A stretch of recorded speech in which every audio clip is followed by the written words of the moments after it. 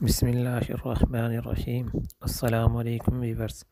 ये चेक करें जी, माशाल्लाह 335 नंबर गोट है, 8 दांत हैं ये, और एक्टिव माशाल्लाह बहुत है। ये दो इसके नीचे माशाल्लाह बच्चे हैं जी, एक नर है और एक मादी है। ये मादी जो चीनी है और जो ब्लैक चीना है ये नर है।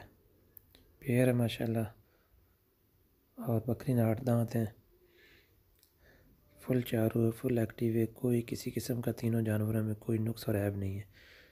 देखें जी, दूध भी माशाल्लाह अच्छा है, और ये बकरे भी तकरीबन 1 माह से ज़्यादा, 1.5 माह के हैं ये बच्चे माशाल्लाह। फुल एक्टिव हैं, चारा खाते हैं और दूध भी। देखें जी, ये जो मक्खी चीनी प्योर में है ये फ़ीमेल है, और ये ब्लैक जो है, ब्लैक मक्खी चीना, काला मक्खी चीना, ये मेल है।